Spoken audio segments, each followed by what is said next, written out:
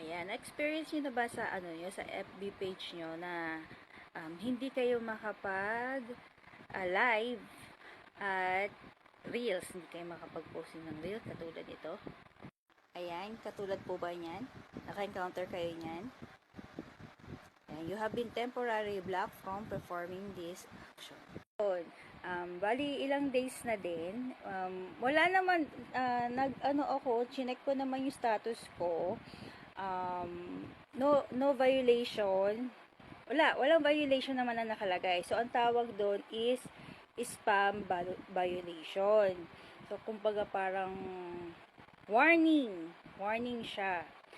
Ayan, kasi ang ginawa ko nito, syempre bago lang ako, wala naman akong ganong idea about sa Facebook main account at sa Facebook page. So, ang ginagawa ko, pag once na popost ako sa aking main account, sa feed, sa news feed, tsaka sa reels, nire-re-upload ko siya sa aking page. No pala yung kay Facebook Meta. So, ang gagawin na lang po natin, para maiwas, is post nyo siya sa inyong page, then i-share nyo sa inyong account, or vice versa, account nyo, then page.